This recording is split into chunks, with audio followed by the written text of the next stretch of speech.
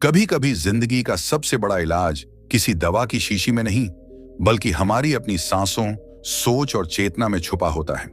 हम हर रोज अपने शरीर से उम्मीदें रखते हैं, दौड़ने की, काम करने की, कमाने की, मुस्कुराने की, पर कभी ठहर कर यह नहीं पूछते कि वह कैसा महसूस कर रहा है।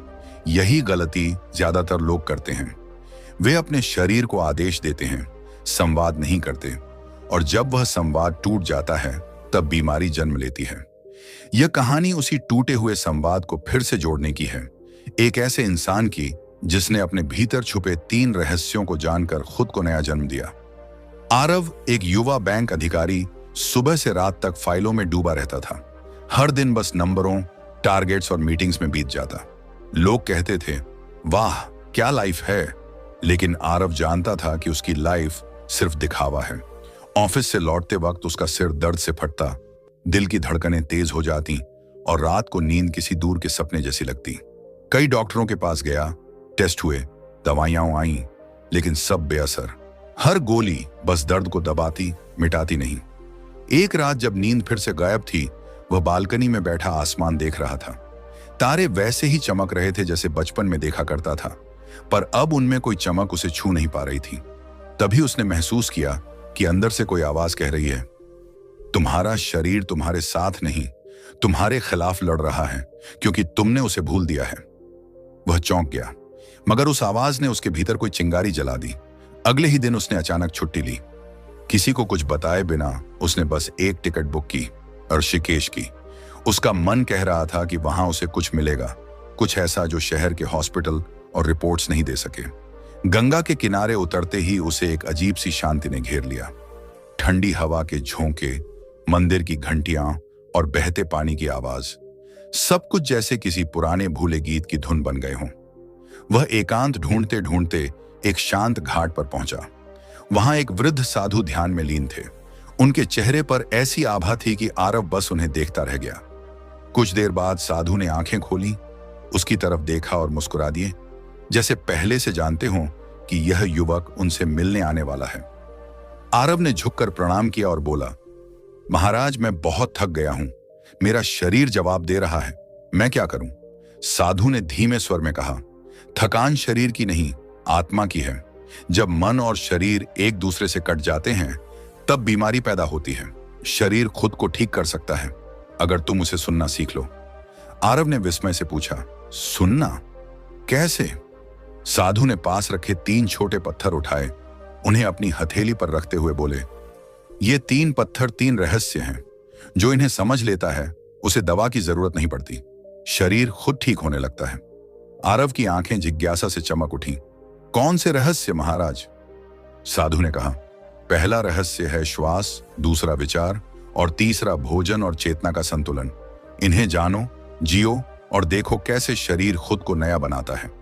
आरव के मन में जैसे कोई दरवाजा खुल गया हो। अगले दिन से उसने वहीं रहना शुरू कर दिया। सुबह गंगा किनारे बैठता, साधु के साथ ध्यान करता, उनसे बातें सीखता। पहले दिन साधु ने बस एक बात कही, अपनी सांस को देखो, उसे नियंत्रित मत करो, बस देखो। आरव ने आंखें बंद की और महसूस किया कि उसकी सांस कितनी तेज है, जैसे किसी अदृश्य दौड़ में लगा हुआ हो। थोड़ी देर में मन बेचैन हो उठा।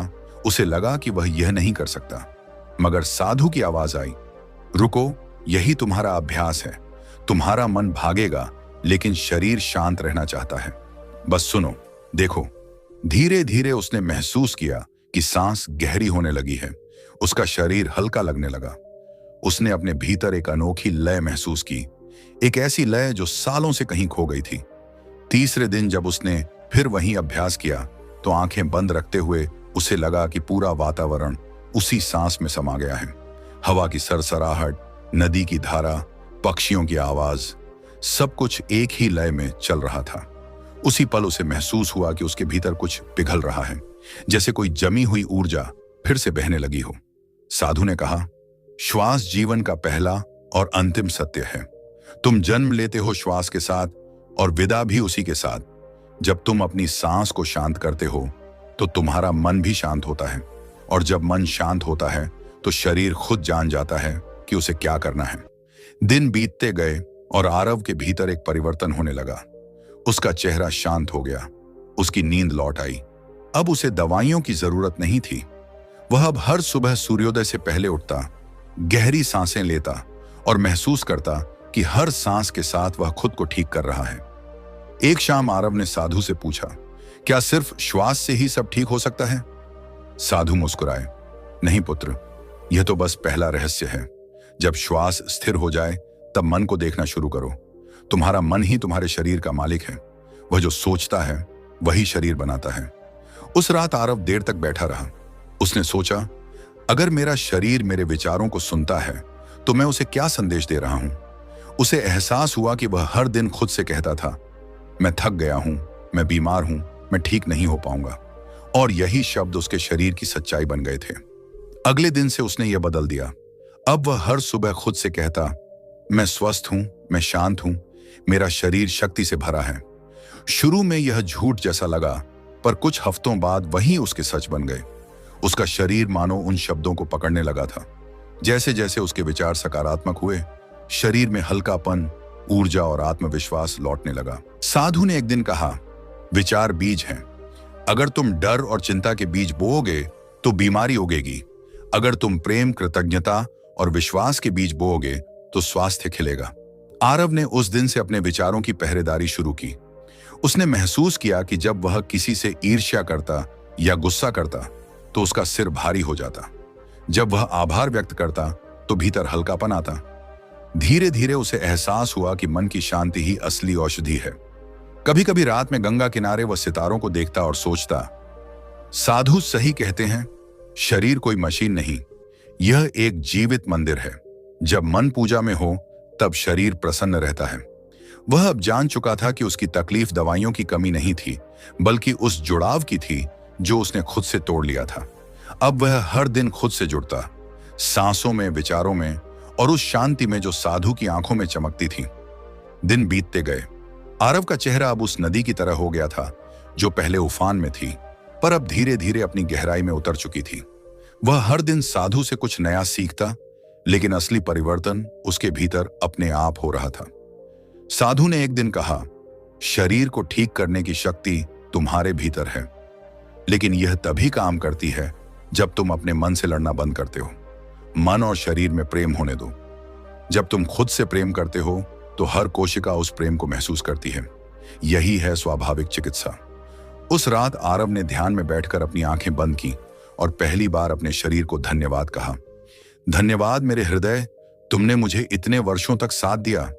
धन्यवाद मेरे फेफड़ों, तुमने कभी शिकायत नहीं की। धन्यवाद मेरे पैरों, तुमने मुझे हर जगह पहुंचाया। और जब उसने यह कहा तो उसकी आंखों से आंसू बह निकले, कोई दुख के नहीं बल्कि गहरी कृतज्ञता के। वह जान चुका था कि शरीर को ठीक करने की चाबी बाहर नहीं, भीतर है। और यह चाबी 3 ही रूपों में मिलती है, श्वास में, विचारों में और संतुलित चेतना में। उसी पल हवा में वही अदृश्य आवाज फिर गूंजी जो उस रात बालकनी में सुनी थी। शरीर को ठीक करने के लिए बस उसे सुनो, उसे प्रेम दो और उसे समय दो। आरव मुस्कुराया और पहली बार वर्षों बाद बिना किसी दवा, बिना किसी डर के गहरी नींद में सो गया। सुबह की धूप जब गंगा के जल पर चमकती तो उसके सुनहरे प्रतिबिंब आरव की आंखों में उतर जाते। वह अब हर सुबह सूर्योदय से पहले उठता, नदी किनारे बैठता, आंखें बंद करता और साधु की सिखाई हुई गहरी सांसों का अभ्यास करता। पहले कुछ मिनटों तक बस हवा की आवाज, पक्षियों का कलरव और उसके भीतर की हल्की गूंज सुनाई देती। फिर धीरे धीरे वह अपने शरीर की हर धड़कन को महसूस करने लगता। यह वही शरीर था जो कुछ महीने पहले थका हुआ, टूटा हुआ और असहाय महसूस करता था, लेकिन अब उसमें जीवन लौटने लगा था। एक सुबह साधु ने कहा, आरव, अब तुम्हें दूसरे रहस्य की साधना करनी होगी, विचार। आरव ने आंखें खोली। उसके चेहरे पर उत्सुकता थी। साधु ने कहा, तुम्हारी हर सोच एक तरंग है।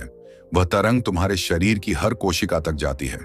अगर तुम्हारे विचार डर, असंतोष या क्रोध से भरे हैं तो शरीर भी वैसा ही बनता है।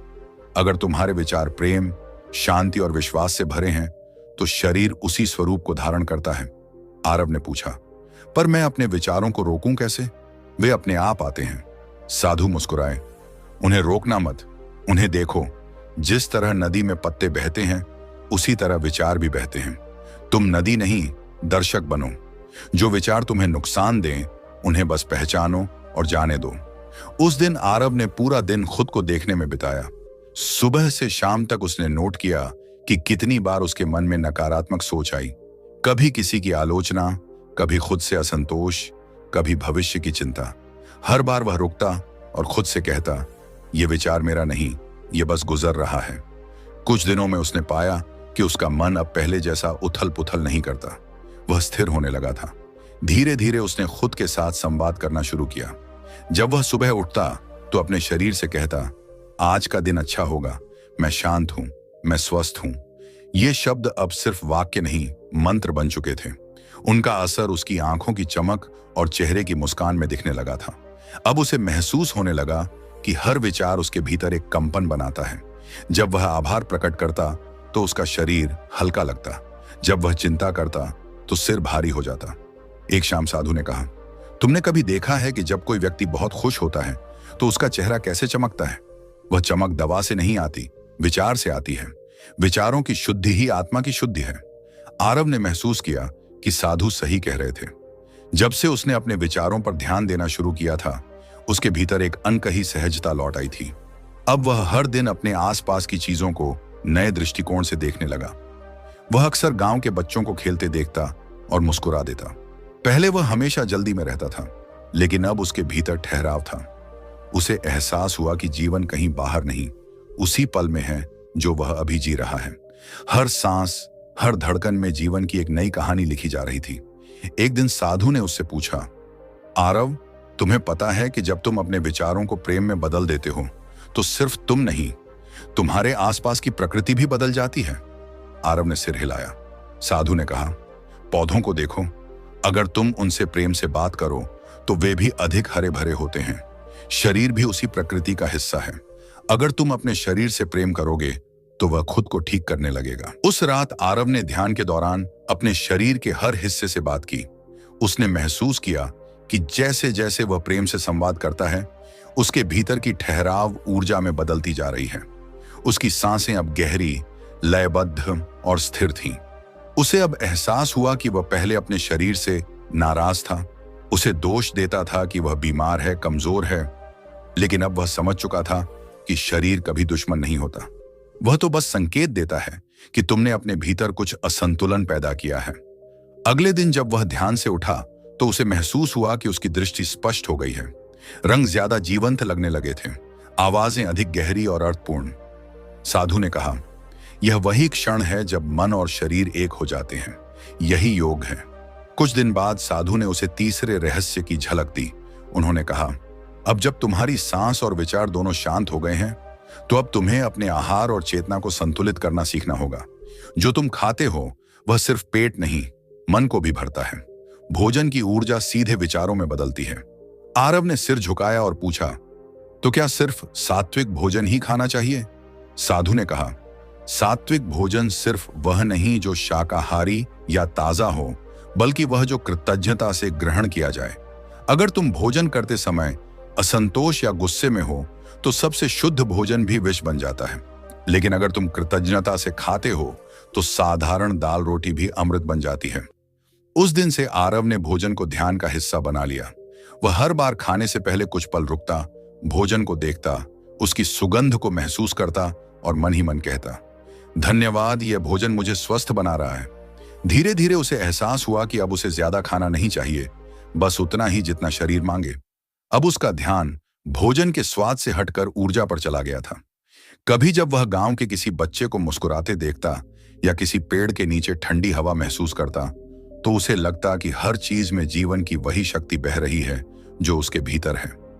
वह अब समझ गया था कि शरीर को ठीक करने की असली प्रक्रिया किसी डॉक्टर या योगी के पास नहीं, बल्कि उसी के भीतर छिपी है। वह अब अपने हर दिन को एक साधना की तरह जीता। सुबह ध्यान, दोपहर में सरल कार्य और शाम को गंगा किनारे बैठकर उस साधु की बातें सुनना उसकी दिनचर्या बन गई।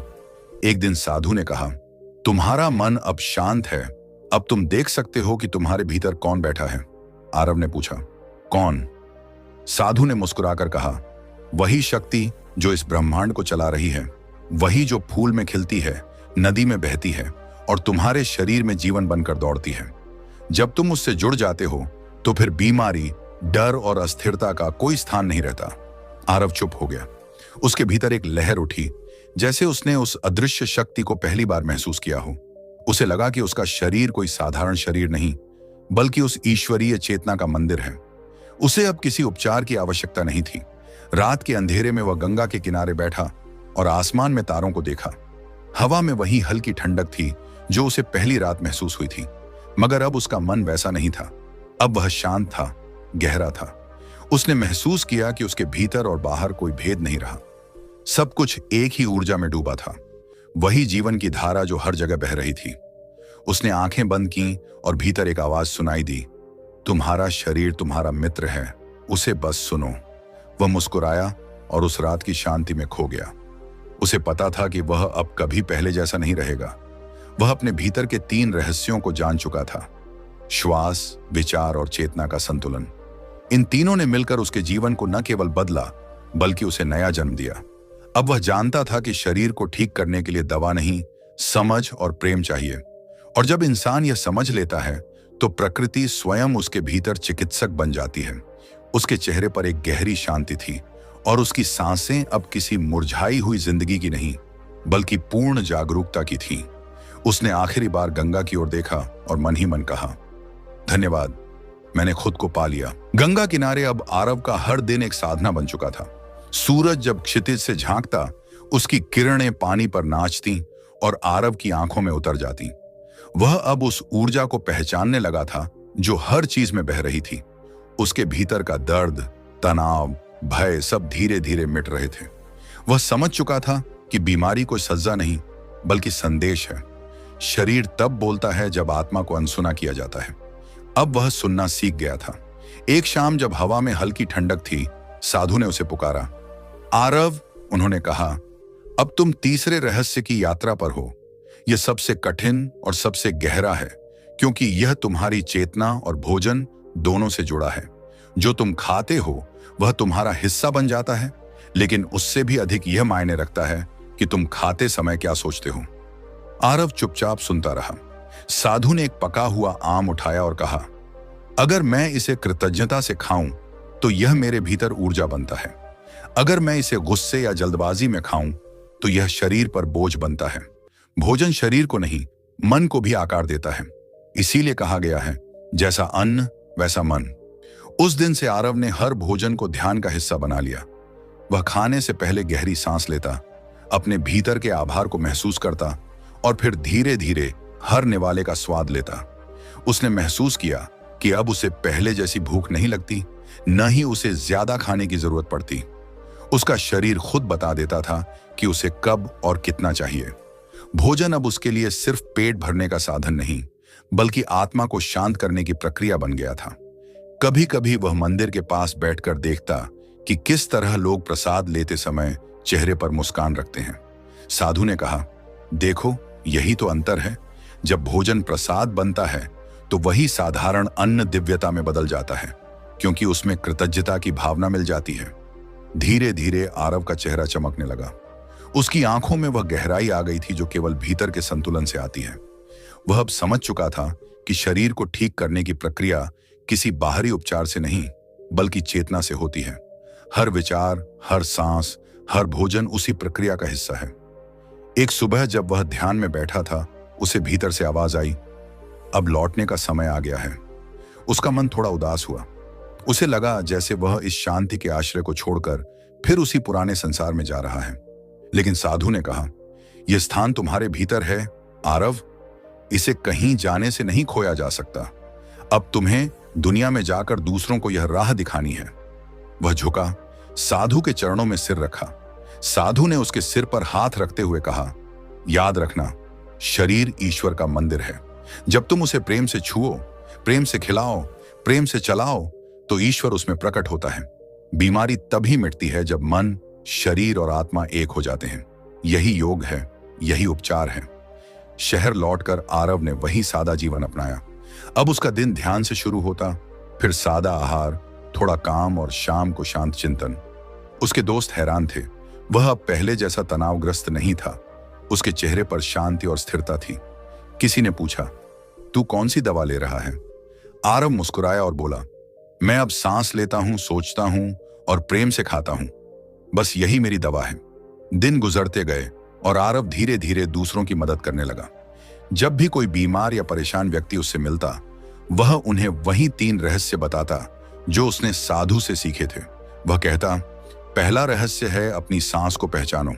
जब तुम अपनी सांस से दोस्ती करोगे तो मन शांत होगा। दूसरा रहस्य है अपने विचारों को देखो, उन्हें शुद्ध करो। तीसरा रहस्य है अपने आहार और चेतना को संतुलित रखो। जब ये तीनों मिल जाएंगे तो शरीर खुद चिकित्सक बन जाएगा। कभी कभी जब वह अकेला होता तो अपनी आंखें बंद कर गंगा की ध्वनि को याद करता। हवा में वही शांति महसूस होती जो वहां थी। उसे एहसास हुआ कि वह अब किसी स्थान पर निर्भर नहीं, क्योंकि शांति उसके भीतर स्थायी हो चुकी है। अब कोई चिंता, कोई डर उसे छू नहीं सकता था। उसका जीवन अब एक प्रवाह बन चुका था, जैसे नदी अपने मार्ग में स्वतंत्र बहती है। वह अक्सर सोचता, मनुष्य प्रकृति से अलग नहीं है। जब हम उसके साथ तालमेल में होते हैं तो जीवन आसान हो जाता है। बीमारी तब आती है जब हम उस तालमेल को तोड़ते हैं। जब हम फिर से उसी लय में लौटते हैं तो हर चीज सहज हो जाती है। धीरे धीरे उसने ध्यान और जीवन की इस साधना को दूसरों के साथ बांटना शुरू किया। उसने कोई संस्था नहीं बनाई, कोई प्रचार नहीं किया। वह बस लोगों से बात करता, उन्हें सुनता और उनके भीतर वही विश्वास जगाता जो कभी उसके भीतर जगा था। एक दिन एक वृद्ध महिला उसके पास आई और बोली, बेटा, मेरे घुटनों में दर्द रहता है। डॉक्टर कहते हैं उम्र का असर है। आरव मुस्कुराया, उम्र का नहीं, ऊर्जा का असर है। क्या तुम अपने शरीर को हर दिन धन्यवाद कहती हो? महिला बोली, धन्यवाद? नहीं, क्यों कहूं? आरव ने कहा, क्योंकि वो अब भी तुम्हारा साथ दे रहा है। हर दिन उसे आभार दो, देखना दर्द कम हो जाएगा। महिला ने ऐसा ही किया। कुछ हफ्तों बाद जब वह लौटी तो उसकी चाल हल्की थी। उसने कहा, सच में मैं पहले जैसी नहीं रही, जैसे शरीर ने जवाब दिया हो। आरव मुस्कुराया। वह जानता था कि शरीर हमेशा जवाब देता है, बस हमें सही भाषा बोलनी होती है, प्रेम और कृतज्ञता की। एक शाम वह अपने कमरे की खिड़की पर खड़ा था। हल्की हवा बह रही थी और आकाश में एक तारा चमक रहा था। उसने आंखें बंद की और भीतर से वह साधु की आवाज सुनाई दी, जब शरीर, मन और आत्मा का मिलन होता है तब हर सांस पूजा बन जाती है। वह मुस्कुराया। उसकी सांसें अब प्रार्थना थीं, उसके विचार अब ध्यान थे और उसका भोजन अब कृतज्ञता का प्रतीक। यही उसका जीवन बन चुका था। समय बीतता गया मगर आरव के भीतर की ऊर्जा कभी कम नहीं हुई। जब भी कोई पूछता, क्या तुम अब पूरी तरह ठीक हो गए? वह कहता, मैं ठीक नहीं हुआ, मैं जागा हूं। ठीक होना तो प्रक्रिया थी, जागना ही उपचार है। उसने अब समझ लिया था कि इंसान तब बीमार होता है जब वह खुद को प्रकृति से, अपनी आत्मा से अलग समझता है। जब वह उस जुड़ाव को याद करता है तो हर कोशिका फिर से गाने लगती है, जीवन का संगीत फिर से बजने लगता है। एक रात जब सब शांत था, उसने ध्यान में बैठकर अपने भीतर उस ऊर्जा को महसूस किया जो अब कभी नहीं बुझ सकती थी। उसे एहसास हुआ कि जो रहस्य साधु ने बताए थे वे सिर्फ शरीर के नहीं, पूरे अस्तित्व के रहस्य थे। सांस का अर्थ था वर्तमान में जीना, विचार का अर्थ था आत्मा को स्पष्ट रखना और भोजन का अर्थ था प्रकृति से एक होना। ये तीनों मिलकर मनुष्य को दिव्यता के करीब ले जाते हैं। उसे अब कोई डर नहीं था, न मृत्यु का, न बीमारी का, न अकेलेपन का, क्योंकि वह जान चुका था कि जो शक्ति उसे चलाती है वही हर कण में है। उसने आंखें खोली, बाहर देखा, पेड़, हवा, तारे सब उसी के जैसे लग रहे थे, एक ही चेतना में धड़कते हुए। धीरे धीरे उसने सिर झुकाया और मन ही मन कहा, धन्यवाद प्रभु, तुम मेरे भीतर हो, तुम ही मेरे श्वास हो, मेरे विचार हो, मेरा भोजन हो। उसकी आंखों से आंसू बहे, लेकिन उन आंसुओं में कोई दुख नहीं था, सिर्फ अनंत शांति थी। कई सालों बाद लोग उसे एक शिक्षक की तरह देखने लगे। कोई उसे योगी कहता, कोई हीलर, मगर वह बस मुस्कुरा देता और कहता, मैं न योगी हूं न शिक्षक, मैं बस वो इंसान हूं जिसने खुद को सुनना सीखा है। रात के सन्नाटे में वह अक्सर वही शब्द दोहराता जो साधु ने कभी कहे थे, शरीर खुद को ठीक करना जानता है, उसे बस प्रेम से मार्ग देना होता है। और जब हवा उसके चेहरे को छूती तो उसे महसूस होता कि वह हवा भी उसके भीतर से होकर गुजर रही है। सब एक ही हैं। वही जीवन, वही चेतना, वही उपचार। उसने गहरी सांस ली, मुस्कुराया और भीतर से एक हल्की आवाज आई, अब कुछ ठीक करने की जरूरत नहीं रही, क्योंकि सब पहले से पूर्ण है। उस पल समय जैसे ठहर गया। गंगा की लहरें उसके भीतर बहने लगीं, हवा उसकी सांस बन गई और ब्रह्मांड की हर धड़कन में उसने वही संदेश सुना, हील नेचुरली, क्योंकि ईश्वर का चिकित्सक तुम्हारे भीतर है। जब जीवन की सारी उलझनें खत्म हो जाती हैं, तो इंसान समझता है कि उपचार कभी बाहर नहीं था, वह हमेशा भीतर था। आरव की यात्रा हमें यही सिखाती है कि शरीर कोई मशीन नहीं, बल्कि एक जीवित मंदिर है। जब हम उसे सम्मान, प्रेम और जागरूकता से देखते हैं, तो वह खुद को संतुलित कर लेता है। सांस, विचार और भोजन, ये तीनों हमारे जीवन के स्तंभ हैं। इन्हें शुद्ध कर देने से शरीर खुद अपनी चिकित्सा शुरू कर देता है। परमहंस योगानंद की शिक्षाएं हमें यही संदेश देती हैं कि प्रकृति के नियम सरल हैं, बस हम उन्हें भूल गए हैं। शरीर को स्वस्थ करने की सबसे बड़ी शक्ति दवा में नहीं, बल्कि हमारी चेतना में छिपी है। जब हम अपने भीतर की शांति से जुड़ते हैं, तो बीमारी दूर भागती है, मन निर्मल होता है और जीवन एक साधना बन जाता है।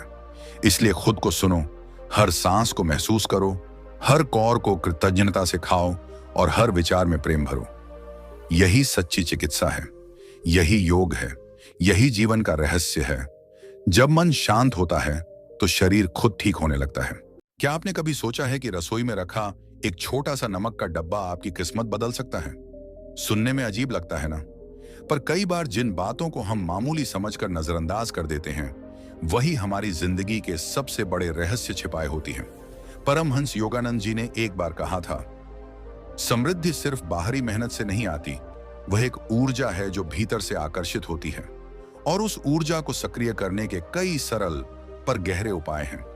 उन्हीं में से एक है नमक के डब्बे से जुड़ा यह रहस्य। यह कहानी है एक साधारण सी औरत की, जो शायद आप जैसे ही किसी घर में रहती थी। नाम था सीता। उसके दिन शुरू होते थे चिंता से और खत्म होते थे हिसाब किताब में।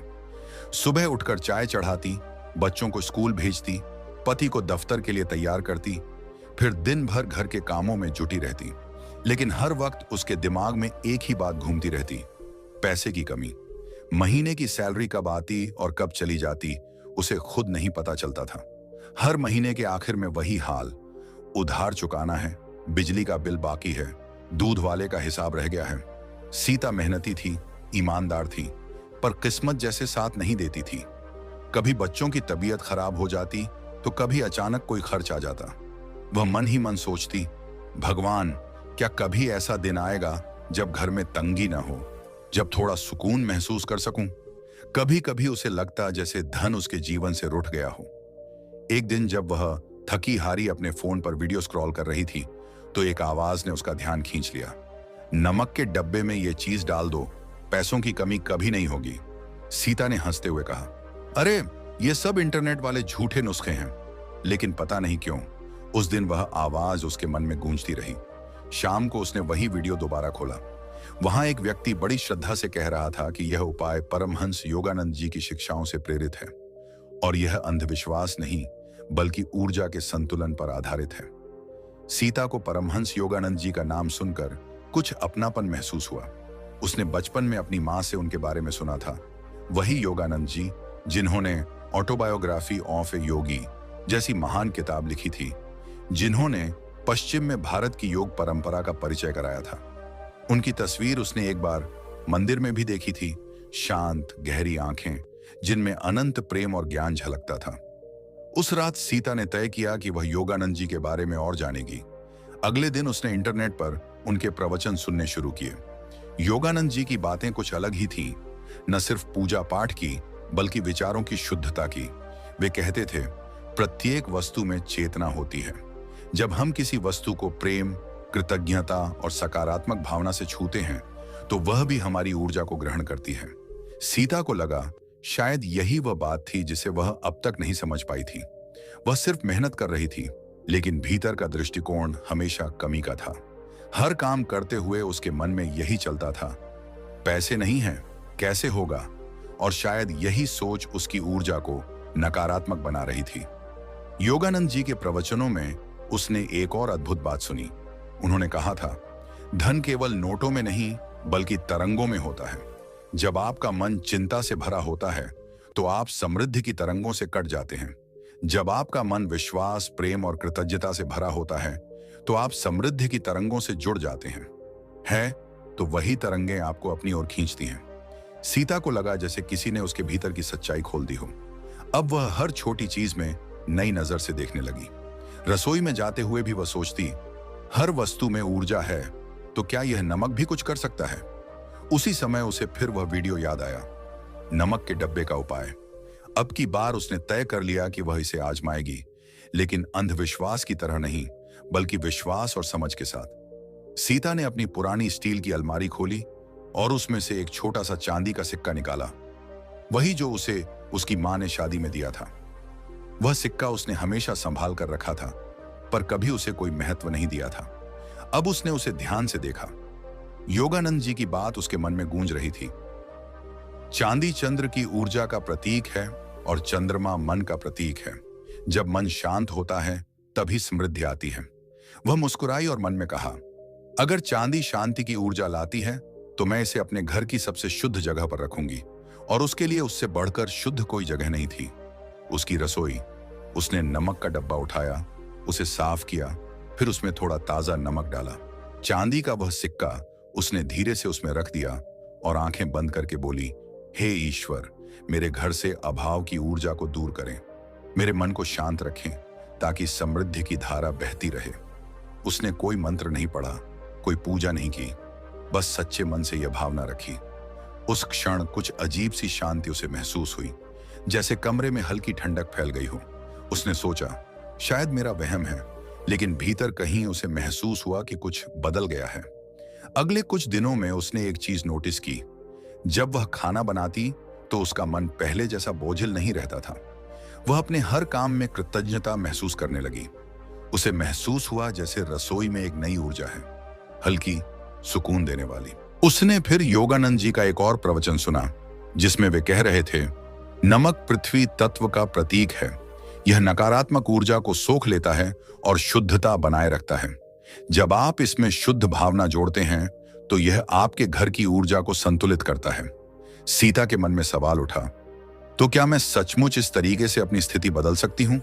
और तुरंत ही योगानंद जी की आवाज मानो जवाब देने लगी, हाँ, लेकिन विश्वास के साथ। सीता ने उस दिन से अपने विचार बदलने का अभ्यास शुरू किया। हर बार जब वह नमक का उपयोग करती, वह मन ही मन कहती, मेरे घर में समृद्धि बढ़ रही है, हर दाना मेरे जीवन में आशीर्वाद ला रहा है। धीरे धीरे उसे महसूस होने लगा कि उसकी सोच हल्की हो रही है। पहले जहां वह हर चीज में कमी देखती थी, अब उसे अवसर दिखने लगे। उसके पति की नौकरी में एक नया प्रोजेक्ट मिला, जिसमें बोनस की उम्मीद थी। बच्चों के स्कूल में फीस जमा करने की नई स्कीम आई, जिससे थोड़ा बोझ कम हुआ। छोटी छोटी चीजें बदलने लगीं, और सबसे बड़ी बात, सीता अब डर के बजाय विश्वास में जीने लगी थी। एक शाम जब वह अपनी रसोई में नमक के डब्बे को जगह पर रख रही थी, तो उसे लगा जैसे वह अब केवल एक बर्तन नहीं, बल्कि एक प्रतीक बन चुका है, शुद्धता, संतुलन और विश्वास का प्रतीक। उसने सोचा, शायद यह नमक और चांदी सिर्फ बहाना है, असली बदलाव तो मेरे भीतर हुआ है। उसने योगानंद जी की एक और पंक्ति याद की, ईश्वर आपकी हर भावना को सुनता है।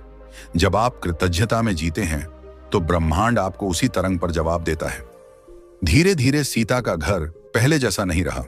वह अब शिकायत नहीं करती थी, बल्कि धन्यवाद करती थी। पहले जहां वह नमक डालते हुए सोचती थी, इतना महंगा हो गया है, अब सोचती थी, धन्यवाद प्रभु कि मेरे पास इसे खरीदने की क्षमता है। उसके शब्दों में ऊर्जा थी, और वही ऊर्जा उसके घर की हवा में फैलने लगी थी। अब वह हर चीज को योगानंद जी की दृष्टि से देखने लगी थी। उसे समझ आया कि दुनिया में हर तत्व का अपना स्पंदन है। नमक जो धरती से आता है, उसमें स्थिरता है, और जब उसमें चांदी जैसी ठंडी, शांत ऊर्जा जुड़ती है, तो घर की सारी नकारात्मकता पिघल जाती है। सीता को अब यह एहसास होने लगा था कि समृद्धि केवल पैसों की नहीं होती, यह मन की स्थिति होती है। जिस दिन उसने यह समझ लिया, उसी दिन उसका जीवन बदल गया। उस दिन के बाद जब सीता ने चांदी का सिक्का नमक के डब्बे में रखा, तो उसके भीतर एक अजीब सी शांति उतर आई थी। उसने किसी से इस बात का जिक्र नहीं किया, क्योंकि उसे खुद नहीं पता था कि यह कोई वास्तविक उपाय है या केवल उसकी अपनी आशा। पर उसके मन में एक बात गहराई से बैठ गई थी, अब सब ठीक होगा।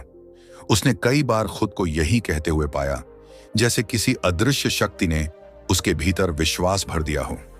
अगली सुबह जब वह रसोई में गई तो उसने नमक के डब्बे को देखा।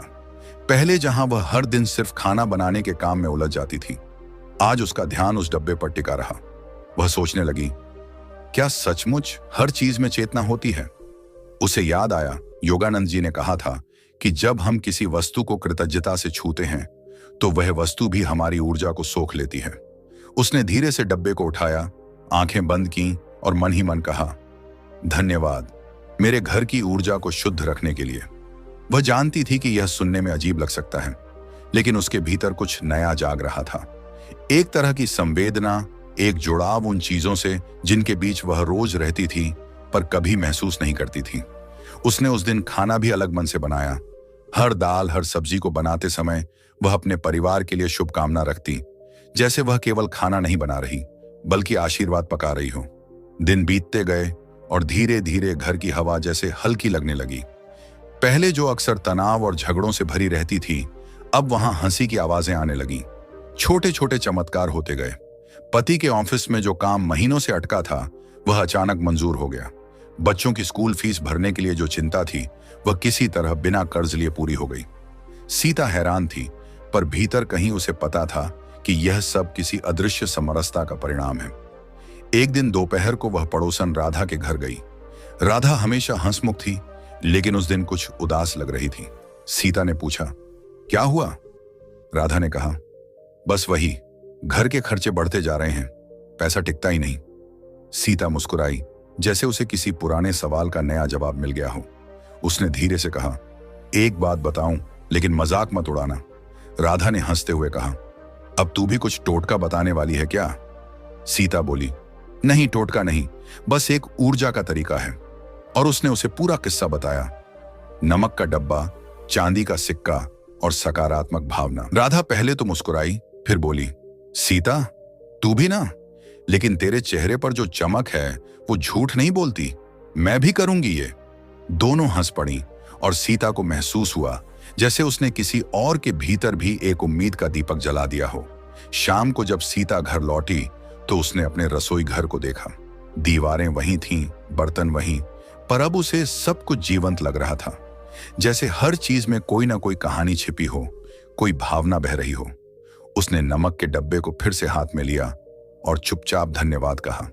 उसने महसूस किया कि यह केवल एक वस्तु नहीं रही, बल्कि उसकी प्रार्थना का हिस्सा बन चुकी है। कुछ दिनों बाद उसके पति ने अचानक कहा, सीता मैं सोच रहा हूं कि हम थोड़ा बहुत बचत शुरू करें, हर महीने कुछ रुपए अलग रखेंगे। सीता ने मुस्कुराकर सिर हिलाया। वह जानती थी यह बदलाव केवल आर्थिक नहीं बल्कि मानसिक था। जब व्यक्ति के भीतर शांति आती है तो फैसले भी संतुलित हो जाते हैं। लेकिन सबसे बड़ा बदलाव तब हुआ जब सीता ने अपने भीतर का भय खोना शुरू किया। पहले वह हर चीज से डरती थी, भविष्य से, खर्चों से, असुरक्षा से। अब उसे लगता था जैसे कोई अदृश्य शक्ति उसका मार्गदर्शन कर रही है। उसे याद आया, योगानंद जी ने कहा था, विश्वास भय का सबसे बड़ा इलाज है। जब तुम अपने भीतर भगवान पर भरोसा रखती हो तो तुम्हारे आसपास की हर चीज उसी विश्वास में ढलने लगती है। सीता अब हर सुबह उस चांदी के सिक्के को नमक में देखती और मन ही मन प्रार्थना करती, मुझे इस विश्वास में स्थिर रखो। वह देखती कि नमक हमेशा सूखा रहता था, जैसे उसमें कोई नमी या भारीपन टिक नहीं पाता। उसे महसूस हुआ कि यह सच में नकारात्मक ऊर्जा को सोख रहा है। उसने ध्यान दिया कि कभी कभी घर में जो भारीपन होता था, बिना वजह की झुंझलाहट, बहसें, उदासी, अब वह सब धीरे धीरे गायब हो रही थी। एक शाम जब वह खाना बना रही थी, उसका बेटा स्कूल से आया और बोला, माँ, आज हमारे स्कूल में मैंने स्पीच प्रतियोगिता जीती। वह चौंक गई क्योंकि उसका बेटा हमेशा बहुत शर्मीला था। उसने उसे गले से लगा लिया और सोचा, यह जो आत्मविश्वास मेरे भीतर आया है, शायद यह मेरे बच्चों में भी फैल गया है। उसी रात वह योगानंद जी की किताब पढ़ रही थी, ऑटोबायोग्राफी ऑफ अ योगी। उसमें लिखा था, जब तुम किसी वस्तु को श्रद्धा से छूते हो तो वह वस्तु तुम्हें आशीर्वाद देती है। हर चीज ईश्वर की अभिव्यक्ति है, चाहे वह एक कंकड़ हो या एक सिक्का। ये पंक्तियां उसके मन में गहराई तक उतर गईं। उसने महसूस किया कि वह अब पहले जैसी नहीं रही। कई बार वह सोचती, अगर यह सब केवल नमक और चांदी की वजह से होता तो हर कोई अमीर हो जाता। लेकिन फिर उसे एहसास होता कि असली रहस्य वस्तु में नहीं, भावना में है। वह हर चीज को श्रद्धा से देखने लगी, अपने घर, अपने परिवार, अपने काम को। उसकी दुनिया बदलने लगी क्योंकि उसकी दृष्टि बदल गई थी। कुछ महीनों बाद उसके घर की आर्थिक स्थिति पहले से कहीं बेहतर थी। पति का बोनस आया, उसने कुछ पैसे बचाकर बच्चों के लिए किताबें खरीदी और पहली बार उसके खाते में महीने के अंत में कुछ रुपए बच गए। उसने खुशी से वह खाता बंद करते हुए सोचा, कभी मैं सोचती थी पैसा ही समाधान है, लेकिन असली समृद्धि तो मन की स्थिरता है। धीरे धीरे वह अपने अनुभव को और गहराई से समझने लगी। उसे लगा जैसे नमक का डब्बा अब एक प्रतीक बन गया है, विश्वास, शुद्धता और सकारात्मक ऊर्जा का। वह अब हर महीने डब्बे का नमक बदलती, चांदी का सिक्का धोती और फिर से उसी भावना से रखती। उसे महसूस होता कि जैसे वह केवल नमक नहीं बदल रही, बल्कि अपनी ऊर्जा को नया कर रही है। एक बार उसने सोचा, क्या होगा अगर मैं यह सब छोड़ दूं? क्या सब कुछ वापस पहले जैसा हो जाएगा? फिर उसने मन ही मन जवाब दिया, नहीं, क्योंकि यह आदत अब बाहर की नहीं रही, यह तो मेरे भीतर बस गई है। वह समझ गई थी कि असली उपाय बाहरी चीजों में नहीं, बल्कि उस चेतना में है जो हम उनमें भरते हैं। एक दिन उसने अपने पति से कहा, जानते हो, मैं अब डरती नहीं हूं। पहले लगता था कि सब खत्म हो जाएगा, अब लगता है सब ठीक है। उसके पति ने मुस्कुराते हुए कहा, हाँ, मैं भी देखता हूं कि तू अब पहले जैसी चिंतित नहीं रहती। घर की हवा भी हल्की लगती है। सीता ने मन ही मन योगानंद जी को धन्यवाद दिया। रात को जब वह अकेली बैठी थी, उसने अपने नमक के डब्बे को देखा। चांदी का सिक्का हल्की चमक में झिलमिला रहा था। उसने धीरे से कहा, धन्यवाद मेरे छोटे से मित्र, तूने मुझे सिखाया कि शक्ति बाहर नहीं, भीतर है। उसी क्षण उसे ऐसा लगा जैसे कमरे में एक हल्की सी हवा चली हो। नमक की खुशबू, रसोई की शांति, दीवारों की स्थिरता, सब कुछ एक सुर में गूंज रहा था। उसे महसूस हुआ कि ब्रह्मांड में हर चीज ऊर्जा है, और जब मन उसका हिस्सा बन जाता है तो चमत्कार होना स्वाभाविक है। अगले कुछ हफ्तों में उसने यह अनुभव अपने कुछ और दोस्तों से साझा किया। कई लोगों ने इसे आजमाया और सबका कहना एक ही था, पता नहीं कैसे, लेकिन घर में एक अलग सुकून आ गया है। सीता अब समझ चुकी थी कि यह कोई जादू नहीं, बल्कि एक चेतना का खेल है। जब तुम अपनी सोच, अपनी भावना और अपने वातावरण को शुद्ध कर देते हो तो समृद्धि खुद ब खुद आने लगती है। एक शाम जब आसमान में हल्का चांद उगा हुआ था, सीता छत पर बैठी थी। हवा में एक मिठास थी और मन में संतोष। उसने आंखें बंद की और योगानंद जी की आवाज जैसे भीतर से आई, धन बाहर नहीं, भीतर है। हर वस्तु में वह शक्ति है जो तुम्हारे विश्वास से जीवंत होती है। उसने अपने हाथ जोड़ लिए और कहा, हे प्रभु, मैं धन नहीं, चेतना चाहती हूं, क्योंकि चेतना में सब कुछ है। और जब उसने यह कहा, उसे महसूस हुआ जैसे किसी ने भीतर से कहा, तू पहले ही समृद्ध है। वह मुस्कुराई। नमक का डब्बा अपनी जगह शांत खड़ा था, पर अब वह उसके लिए केवल एक बर्तन नहीं रहा, वह एक प्रतीक था इस बात का कि जब मन की ऊर्जा बदलती है तो पूरी दुनिया बदल जाती है। उस दिन से सीता ने यह अनुभव अपने जीवन का हिस्सा बना लिया। वह हर सुबह कृतज्ञता से दिन की शुरुआत करती और हर रात धन्यवाद के साथ उसे समाप्त करती। धीरे धीरे उसके जीवन की दिशा पूरी तरह बदल गई। अब उसके लिए समृद्धि का मतलब केवल पैसा नहीं था, यह वह शांति थी जो हर सांस में थी, हर काम में थी, हर नमक के दाने में थी। वह जानती थी कि चांदी का सिक्का केवल एक माध्यम है, लेकिन उस माध्यम के जरिए उसने खुद से जुड़ना सीख लिया था।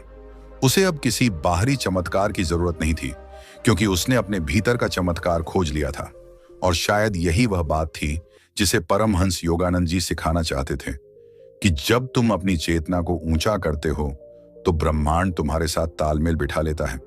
नमक, चांदी, मंत्र या वस्तुएं, ये सब केवल माध्यम हैं उस शक्ति को महसूस करने के जो पहले से तुम्हारे भीतर है।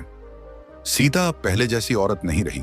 वह अब धन की खोज में नहीं, बल्कि संतुलन की साधना में जी रही थी।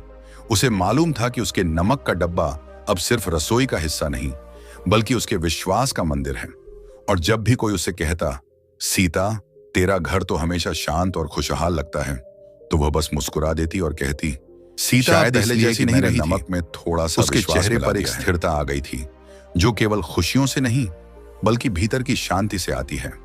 सुबह जब वह उठती तो पहले खिड़की खोलती और ताजी हवा को अपने कमरे में आने देती। बाहर सूरज की हल्की किरणें जब घर की दीवारों पर गिरती तो उसे लगता मानो यह सिर्फ रोशनी नहीं, किसी आशीर्वाद का प्रवाह है जो उसके घर में उतर रहा है। वह हल्के कदमों से रसोई में जाती और सबसे पहले नमक के डब्बे को छूती। अब वह आदत बन चुकी थी, हर सुबह उस पर हाथ रखते हुए धन्यवाद कहना। वह कहती, आज भी मेरे घर में शांति बनी रहे, आज भी मेरे परिवार में समृद्धि बनी रहे। वह डब्बा अब पुराना हो चुका था, लेकिन उसे बदलने का विचार भी सीता के मन में कभी नहीं आया। उसे लगता था जैसे उसमें उसके जीवन की कहानी बसी हुई है, डर से विश्वास की, कमी से कृतज्ञता की। हर बार जब वह उसे छूती तो उसके मन में वह दिन याद आ जाता जब उसने उसमें पहली बार वह चांदी का सिक्का रखा था, और फिर एक हल्की मुस्कान उसके चेहरे पर फैल जाती। अब सीता के घर में सब कुछ धीरे धीरे बदल चुका था। पति पहले से अधिक खुशमिजाज रहने लगे थे, बच्चों की पढ़ाई में सुधार आया था और घर में अब अक्सर संगीत बजता रहता था। पर सबसे बड़ा परिवर्तन यह था कि घर का माहौल अब हल्का था, कोई भारीपन नहीं, कोई बेचैनी नहीं। सीता समझ चुकी थी कि घर की समृद्धि केवल पैसों से नहीं, ऊर्जा से आती है। एक दिन दोपहर को उसके पति ने कहा, सीता, मैं सोच रहा हूं कि हम मंदिर जाकर धन्यवाद करें, बहुत समय से कहीं गए नहीं। सीता ने सिर हिलाया और मुस्कुराई। उसी शाम वे सब मंदिर गए। वहां दिया जलाते समय सीता के मन में एक गहरी भावना उठी, ईश्वर, आपने मुझे सब कुछ दिया, लेकिन सबसे बड़ी नेमत यह दी कि आपने मुझे खुद को पहचानना सिखाया। वह दिए की लौ को देखती रही। उसे लगा जैसे वह लौ उसके भीतर जल रही है, शांत, स्थिर, पर निरंतर। उसी क्षण उसे परमहंस योगानंद जी की एक पंक्ति याद आई, सच्ची प्रार्थना वह है जिसमें तुम कुछ मांगते नहीं बल्कि आभार प्रकट करते हो। घर लौटकर उसने महसूस किया कि अब उसके भीतर एक नई लहर उठ रही है, देने की।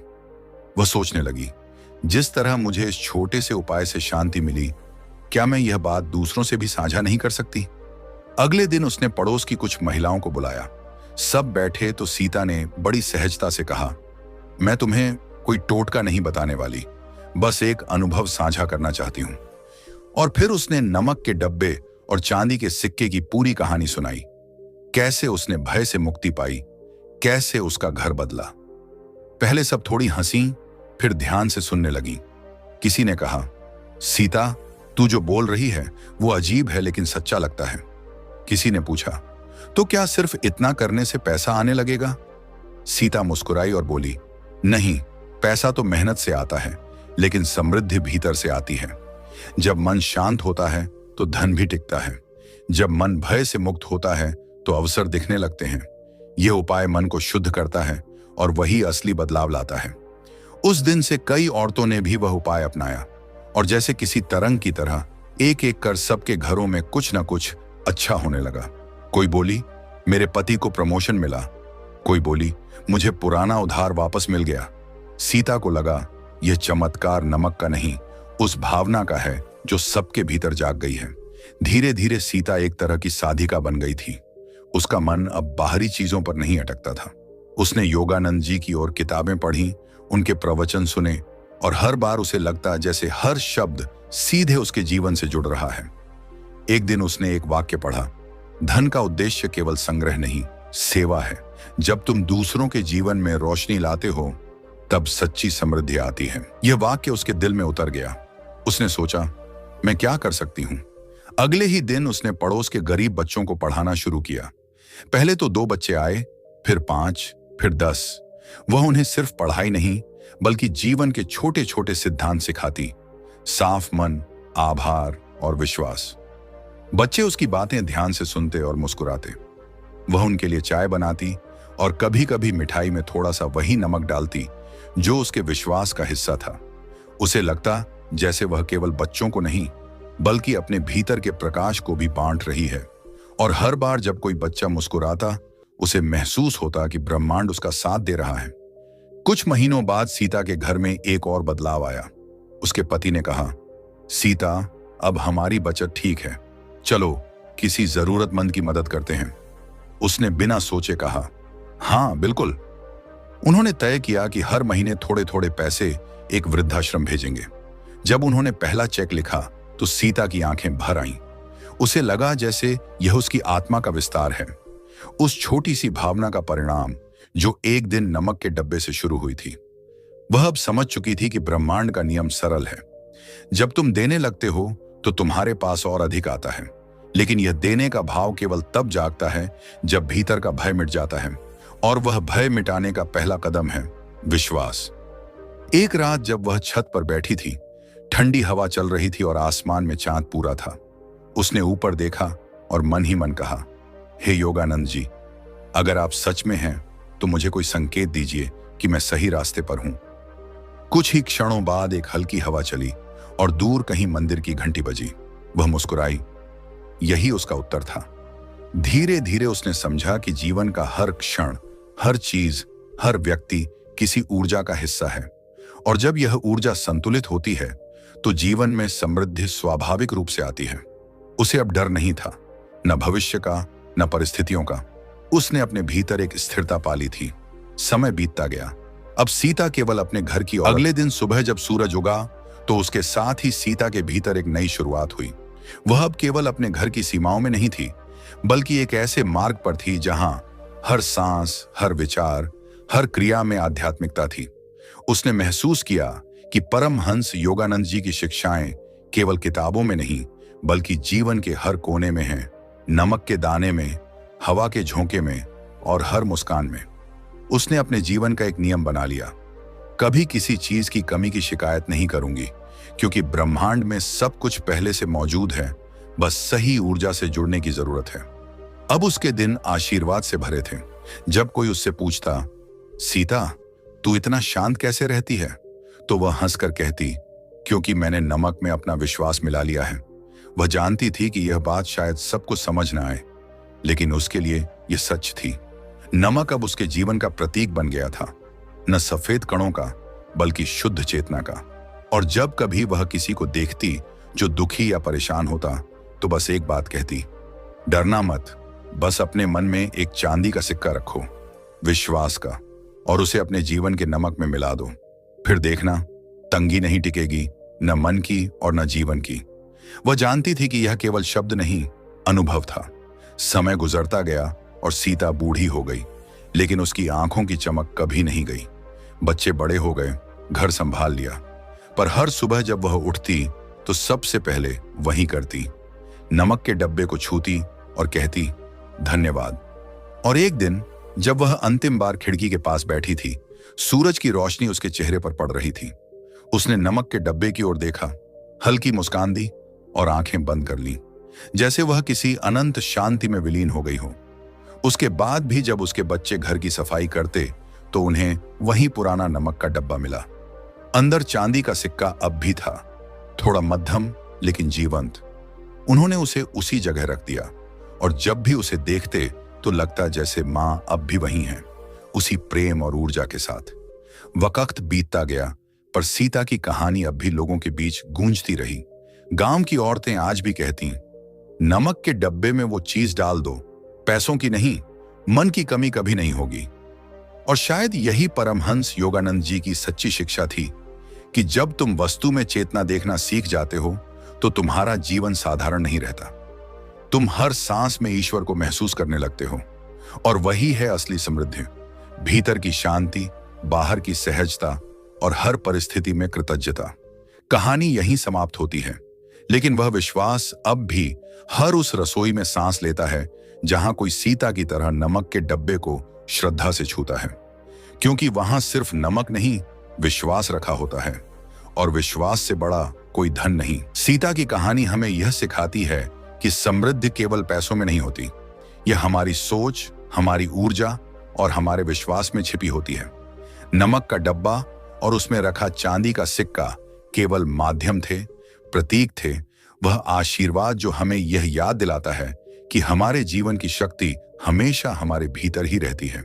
जब हम अपनी सोच को सकारात्मक ऊर्जा से भरते हैं, अपनी भावना को कृतज्ञता और प्रेम से संवारते हैं, तो दुनिया अपने आप हमारे साथ तालमेल बिठा लेती है। हमें यह समझना होगा कि हर वस्तु, हर तत्व, हर अनुभव हमारे जीवन का हिस्सा है। एक साधारण सी चीज जैसे नमक का डब्बा, अगर हम उसे श्रद्धा, विश्वास और आभार के साथ देखते हैं तो वह हमारी ऊर्जा को बदल सकता है। यही परमहंस योगानंद जी का संदेश है। बाहर की चीजें केवल माध्यम हैं, असली चमत्कार भीतर की चेतना में होता है। जब आप भय से मुक्त होकर विश्वास और संतुलन से जीते हैं तो जीवन अपने आप सुचारू और खुशहाल हो जाता है। सीता ने यह अनुभव न केवल अपने जीवन में अपनाया बल्कि दूसरों के जीवन में भी फैलाया। उसने देखा कि जब हम अपने अनुभव साझा करते हैं तो एक छोटी सी क्रिया कितनी बड़ी लहर बना सकती है। और यही जीवन की सुंदरता है, छोटा प्रयास, बड़ी ऊर्जा और अंततः पूर्ण परिवर्तन। तो आज आप भी अपने जीवन में विश्वास, आभार और सकारात्मक ऊर्जा की छोटी सी शुरुआत कर सकते हैं। चाहे वह नमक का डब्बा हो या कोई और प्रतीक, असली शक्ति आपके भीतर है। याद रखिए, जब आप अपने भीतर की चेतना को जगाते हैं तो धन, शांति और समृद्धि स्वाभाविक रूप से आपके जीवन में प्रवेश करती है। सीता की तरह आप भी अपने जीवन का मार्गदर्शन कर सकते हैं, अपने डर को पीछे छोड़ सकते हैं और अपने जीवन को पूर्णता, संतुलन और आशीर्वाद से भर सकते हैं। और यही कहानी का अंतिम संदेश है, असली धन भीतर है और वह हमेशा आपके साथ है। क्या आपने कभी महसूस किया है कि जीवन में कुछ ऐसा घटने लगता है जो समझ से परे होता है, जैसे कोई अदृश्य शक्ति धीरे धीरे आपका मार्गदर्शन कर रही हो? क्या कभी ऐसा हुआ है कि अचानक से आपके भीतर गहरी शांति उतर आई हो, बिना किसी खास वजह के, जैसे दिल से कोई बोझ हट गया हो? या कभी आपको ऐसे अवसर मिलने लगे हों जो पहले कभी संभव ही नहीं लगते थे? अगर हां, तो यह कोई संयोग नहीं है, यह वो पल होता है जब भगवान आपसे प्रसन्न होकर अपनी कृपा बरसाना शुरू करते हैं। वो संकेतों में बात करते हैं, शब्दों में नहीं, और जो इन्हें पहचान लेता है उसका जीवन साधारण से असाधारण बन जाता है। आरव की जिंदगी भी कुछ समय पहले तक उलझनों से भरी हुई थी। दिन रात भागदौड़, चिंता, डर और बेचैनी उसका हिस्सा बन गए थे। हर सुबह आंख खुलते ही उसे एक अजीब सी घबराहट होती, मानो कुछ ठीक नहीं होने वाला। वह अपने काम में अच्छा था, लेकिन अंदर से हमेशा खालीपन महसूस करता। लोगों से घिरा रहने के बावजूद उसे अक्सर अकेलापन काटने लगता। वो हंसता था, लेकिन हंसी में वो सच्ची चमक नहीं थी। वह बातें करता था, लेकिन अंदर एक गहरा सन्नाटा था। एक दिन थकान के उसी भंवर में डूबते डूबते वह पार्क की बेंच पर बैठ गया। सूरज ढल रहा था और हल्की ठंडी हवा उसके चेहरे से टकरा रही थी। बिना कुछ सोचे उसने अपनी आंखें बंद कर ली। पहली बार उसने कुछ मांगा नहीं, कुछ सोचा नहीं, बस चुपचाप बैठ गया। कुछ मिनटों बाद उसके भीतर एक अजीब सी शांति फैलने लगी, जैसे दिल पर रखे पत्थर को किसी ने धीरे धीरे हटा दिया हो। सांसें गहरी और सहज होने लगी। दिमाग की भागदौड़ जैसे रुक सी गई। वो अनुभव कुछ ऐसा था जिसे वो शब्दों में बयां नहीं कर पा रहा था। ऐसा लगा मानो किसी ने उसके थके हुए कंधों पर हाथ रख दिया हो और कहा हो, अब मैं हूं, डर मत। उस दिन से कुछ बदलने लगा। रोजमर्रा के तनाव जो पहले उसे बेचैन कर देते थे, अब वैसा असर नहीं डालते। छोटी छोटी बातों पर उसका गुस्सा कम हो गया। उसे एहसास हुआ कि कोई समस्या, चाहे कितनी भी बड़ी क्यों ना हो, वह उससे बड़ी नहीं है। धीरे धीरे वह अपने भीतर एक स्थिरता महसूस करने लगा, एक ऐसी शांति जो बाहर की परिस्थितियों पर निर्भर नहीं थी। शुरुआत में उसे लगा कि शायद यह एक संयोग है, लेकिन जैसे जैसे दिन बीतते गए वह अनुभव गहरा होता गया। जब आसपास लोग हड़बड़ी में होते, वह शांत रहता। जब कोई उसे उकसाने की कोशिश करता, वह मुस्कुराकर चुप हो जाता। उसके मन में अब भी प्रश्न आते थे, लेकिन उनके साथ डर नहीं आता था। यह परिवर्तन अचानक नहीं था, पर स्थायी था। जैसे किसी ने उसके भीतर एक नया स्विच ऑन कर दिया हो। वो समझ नहीं पा रहा था कि यह सब क्यों हो रहा है, पर सच तो यह था कि वह पहला संकेत उसे मिल चुका था। भगवान की प्रसन्नता का सबसे गहरा प्रतीक, मन की शांति। जब ईश्वर हमसे खुश होते हैं तो सबसे पहले वे हमारे अंदर के तूफान को शांत करते हैं। बाहर की परिस्थितियां वही रहती हैं, लेकिन अंदर का दृष्टिकोण बदल जाता है। अब उसके दिन की शुरुआत भागदौड़ से नहीं, कुछ मिनटों की शांति से होने लगी। वह सुबह की हल्की धूप में बैठकर कुछ देर खुद के साथ रहता। वह अब किसी किताब या वीडियो के जरिए शांति नहीं ढूंढ रहा था। शांति तो खुद उसके भीतर उतर आई थी।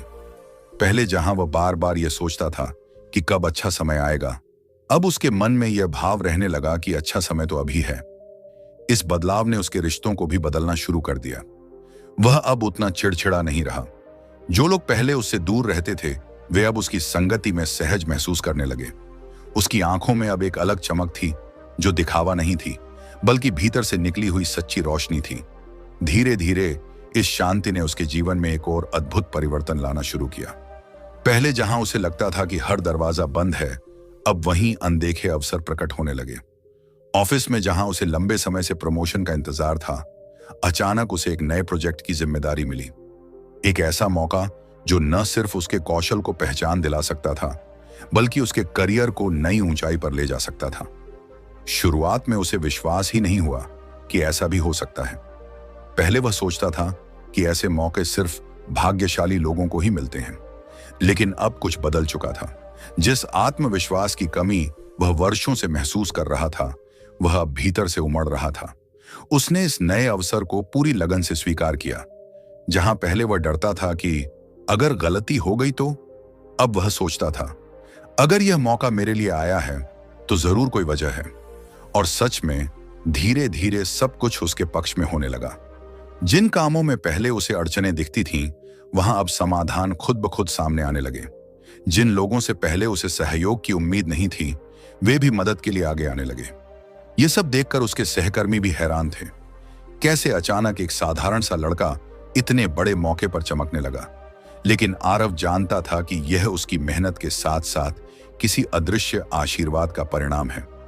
यह सिर्फ ऑफिस तक सीमित नहीं था, उसके निजी जीवन में भी रास्ते खुलने लगे। एक पुराना दोस्त जिससे वह सालों से नहीं मिला था, अचानक संपर्क में आया और एक नया बिजनेस आइडिया लेकर आया। जहां पहले वह ऐसे अवसरों को शक की निगाह से देखता, अब वह उन्हें समझदारी और सकारात्मक दृष्टिकोण से परखने लगा। ऐसा लगने लगा मानो ब्रह्मांड खुद उसे सही दिशा दिखा रहा है। पहले वह सोचता था कि भगवान की कृपा का मतलब सिर्फ चमत्कार होता है, अचानक धन मिल जाना, कोई बड़ी समस्या खत्म हो जाना।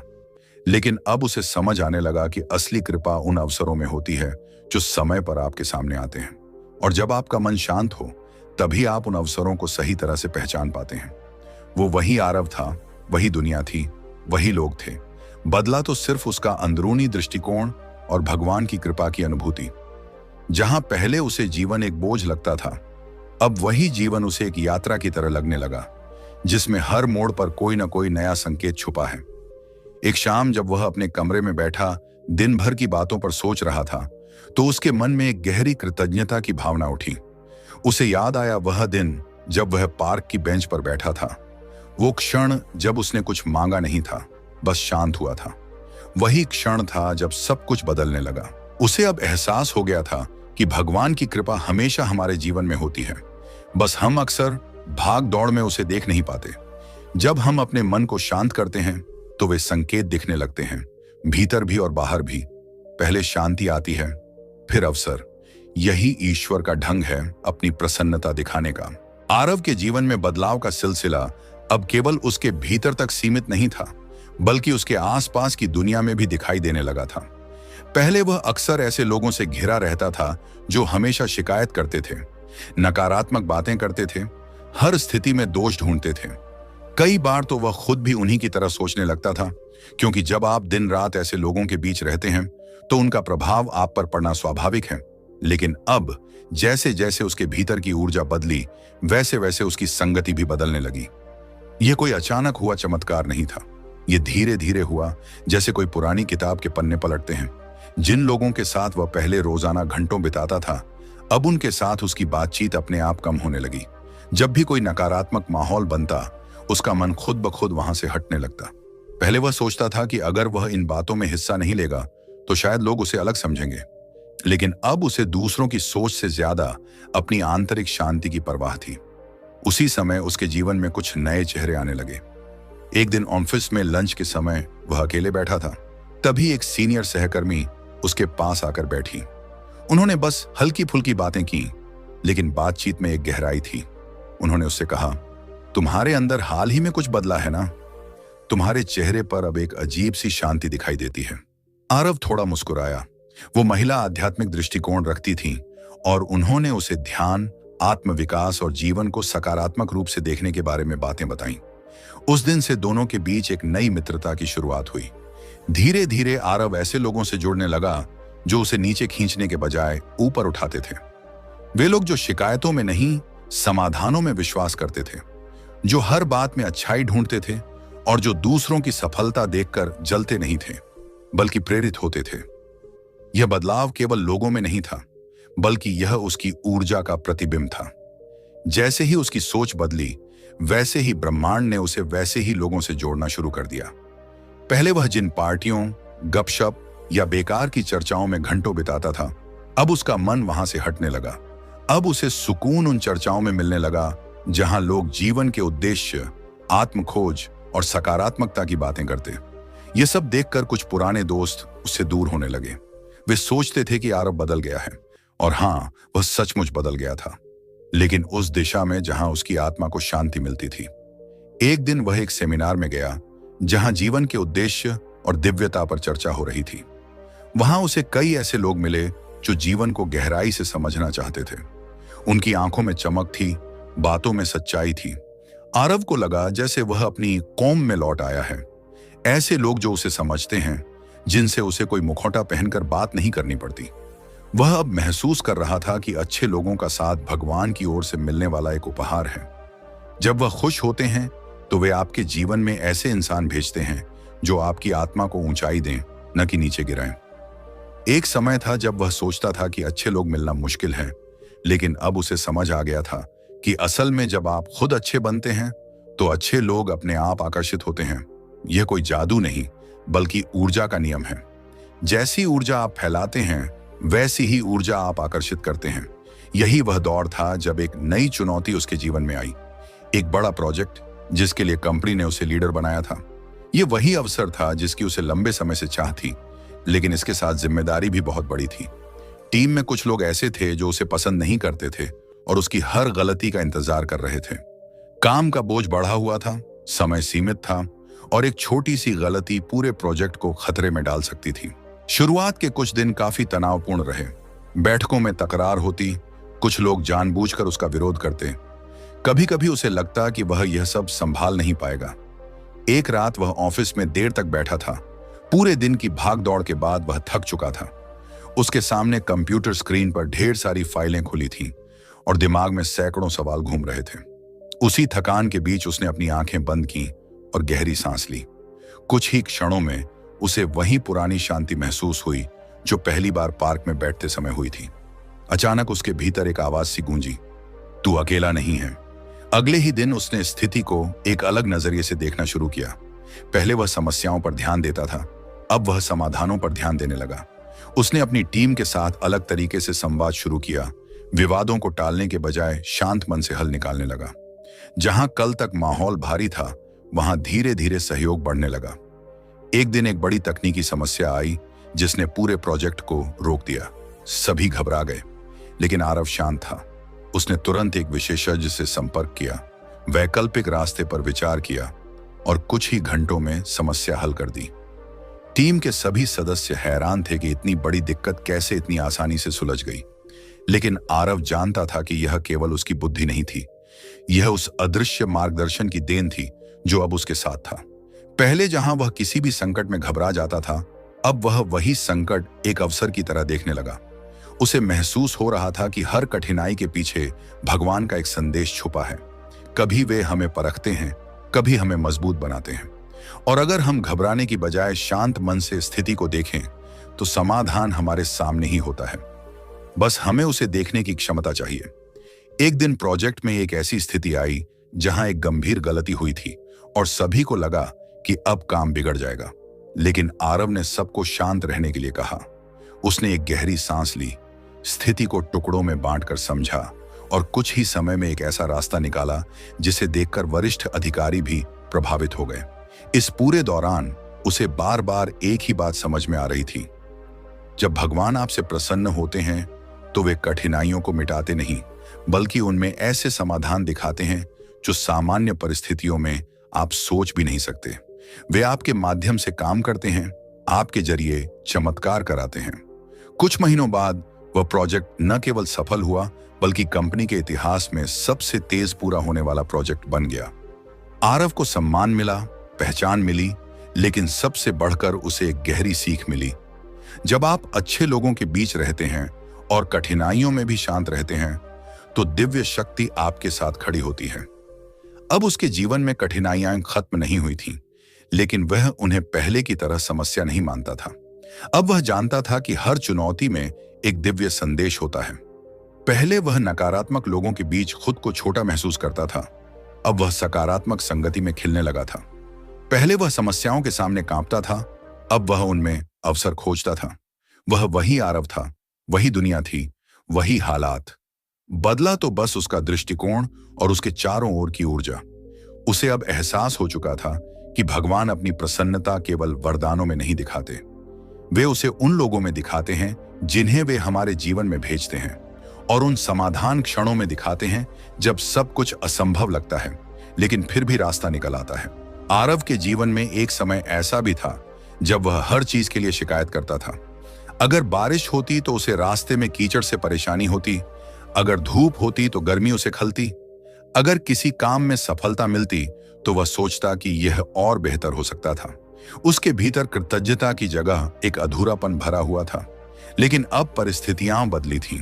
उसके भीतर की शांति ने उसके देखने का नजरिया ही बदल दिया था। अब वह हर छोटे पल में भी कुछ न कुछ सुंदर ढूंढने लगा था। एक सुबह जब वह काम पर निकलने लगा तो रास्ते में अचानक एक पुराना पेड़ देखा। यह वही पेड़ था जिसके नीचे वह बचपन में बैठा करता था। पहले वह इसे बस एक आम पेड़ समझता था, लेकिन उस दिन उसे ऐसा लगा मानो यह पेड़ भी उसका पुराना साथी हो, जो वर्षों से वहीं खड़ा उसकी कहानी देख रहा हो। उसने कुछ पल उस पेड़ के नीचे रुककर आंखें बंद की और गहरी सांस ली। उसे महसूस हुआ जैसे जिंदगी ने उसे बहुत कुछ दिया है, परिवार, काम, अवसर, अनुभव, यहां तक कि वो कठिनाइयां भी जिन्होंने उसे मजबूत बनाया। वह अब हर छोटी चीज में आभार महसूस करने लगा था। सुबह की ताजी हवा, किसी अजनबी की मुस्कान, एक दोस्त का फोन, ऑफिस में किसी का हल्का सा धन्यवाद कहना, ये सब बातें पहले उसके लिए मामूली थीं, लेकिन अब वही बातें उसके दिन को रोशन करने लगीं। उसे एहसास हुआ कि जब मन शांत होता है तो दिल में एक गहरी धन्यवाद की भावना खुद ब खुद उठती है। पहले जब कुछ अच्छा होता था तो वह कहता था, हाँ ठीक है, लेकिन और बेहतर हो सकता था। अब वह कहता, धन्यवाद भगवान, आपने यह दिया। इस बदलाव ने उसकी सोच को पूरी तरह पलट दिया। जहां पहले वह हर चीज में कमी ढूंढता था, अब वह हर चीज में वरदान देखने लगा।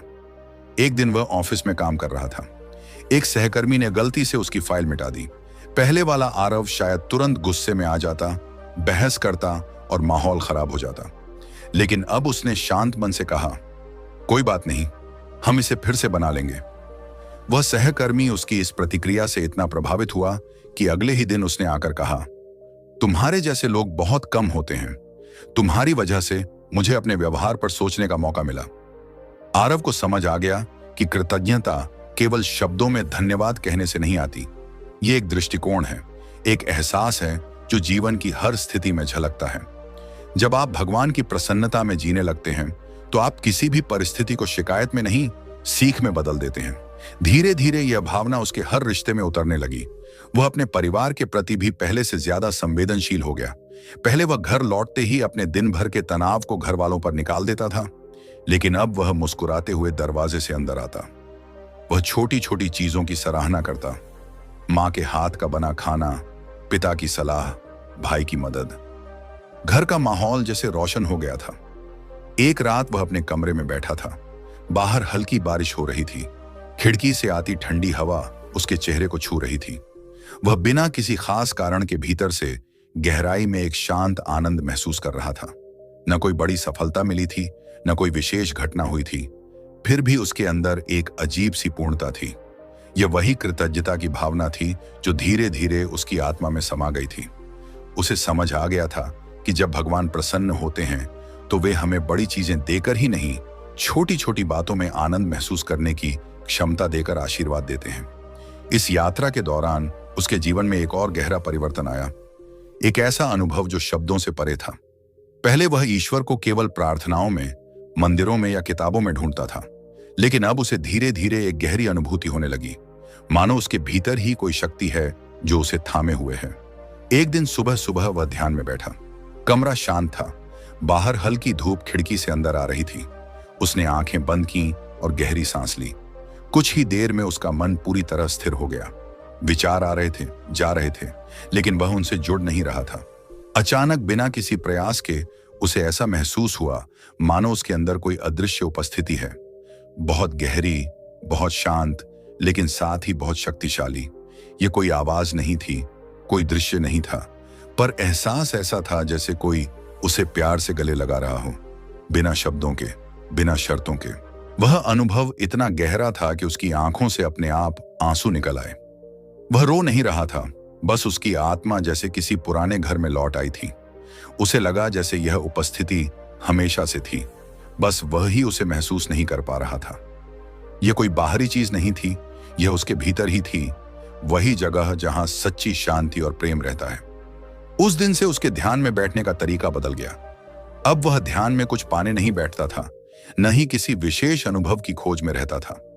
वह बस आंखें बंद करके उस गहराई में उतर जाता था जहां उसे लगता था कि भगवान उसके बहुत करीब हैं, जैसे दोनों के बीच कोई दूरी ही नहीं। एक बार उसने अपने एक मित्र से कहा, पहले मैं भगवान को दूर ढूंढता था, मंदिरों में, आसमान में, तस्वीरों में। अब समझ आया कि वह तो हमेशा मेरे अंदर थे, बस मैं ही अपने विचारों और शोर में इतना उलझा था कि उनकी आवाज सुन ही नहीं पाया। धीरे धीरे यह अनुभव उसके रोजमर्रा के जीवन का हिस्सा बन गया। अब वह केवल ध्यान के समय ही नहीं, चलते फिरते, काम करते, लोगों से बात करते समय भी भीतर से जुड़ा महसूस करता, जैसे कोई अदृश्य धागा उसे उस दिव्यता से जोड़कर रखता था। कई बार ऑफिस में जब कोई मुश्किल निर्णय लेना होता तो वह पहले कुछ पल आंखें बंद कर लेता, गहरी सांस लेता और भीतर झांकता, और हर बार जैसे कोई स्पष्टता उसके मन में उतर जाती। यह कोई तर्क या सोच नहीं होती थी, यह एक एहसास होता था, जैसे कोई अंदर से कह रहा हो, यही सही है। उसे अब समझ आ गया था कि जब भगवान प्रसन्न होते हैं तो वे केवल परिस्थितियां नहीं बदलते, वे हमारे और उनके बीच की दूरी मिटा देते हैं। वह जुड़ाव किसी शब्द में बांधा नहीं जा सकता। यह ऐसा जुड़ाव होता है जहां आप अकेले होते हुए भी अकेले नहीं होते, जहां बाहर का तूफान भी आपके अंदर की शांति को हिला नहीं पाता। एक शाम वह समुद्र किनारे बैठा था, सूरज ढल रहा था, लहरों की आवाज एक लय में उसके कानों में गूंज रही थी। उसने आसमान की ओर देखा और मन ही मन कहा, धन्यवाद। यह शब्द उसने न तो किसी विशेष वरदान के लिए कहा था, न किसी चीज की कामना में। यह एक स्वाभाविक भाव था, जैसे आत्मा खुद ईश्वर से संवाद कर रही हो। अब उसके जीवन में धन, पद, संबंध सब कुछ था, लेकिन उससे भी बढ़कर एक ऐसी शांति और जुड़ाव था जो कभी किसी बाहरी चीज से नहीं मिला था। पहले वह हर चीज के पीछे भागता था, अब वह बस भीतर बैठा उस जुड़ाव को महसूस करता था, और बाकी चीजें अपने समय पर उसके जीवन में आती जाती रहती थी। उसकी यह यात्रा किसी धर्म या रीति रिवाज की कहानी नहीं थी, यह एक आत्मा की यात्रा थी, अशांति से शांति की ओर, शिकायत से कृतज्ञता की ओर, दूरी से दिव्य जुड़ाव की ओर। और यही वह संकेत थे जो बताते हैं कि भगवान आपसे प्रसन्न हैं। जब दिल में धन्यवाद की गूंज उठती है और आत्मा में ईश्वर की उपस्थिति महसूस होती है, तो समझ लीजिए कि कृपा का दरवाजा पूरी तरह खुल चुका है। जिंदगी में भगवान की प्रसन्नता कोई दूर की बात नहीं है, वो किसी विशेष स्थान या समय में छुपी नहीं है, वो तो हमारे रोजमर्रा के अनुभवों में ही मौजूद होती है। कभी मन की शांति के रूप में, कभी अनपेक्षित अवसरों में, कभी अच्छे लोगों के साथ में, कभी कठिनाइयों में छुपे अद्भुत समाधान के रूप में, और कभी बस एक गहरी धन्यवाद की भावना और भीतर से उठने वाली दिव्यता की अनुभूति में। अक्सर हम सोचते हैं कि भगवान की कृपा पाने के लिए हमें कोई बड़ी साधना करनी होगी या किसी चमत्कार का इंतजार करना होगा, लेकिन सच्चाई यह है कि भगवान हमारे आसपास हमेशा संकेतों में बात करते हैं।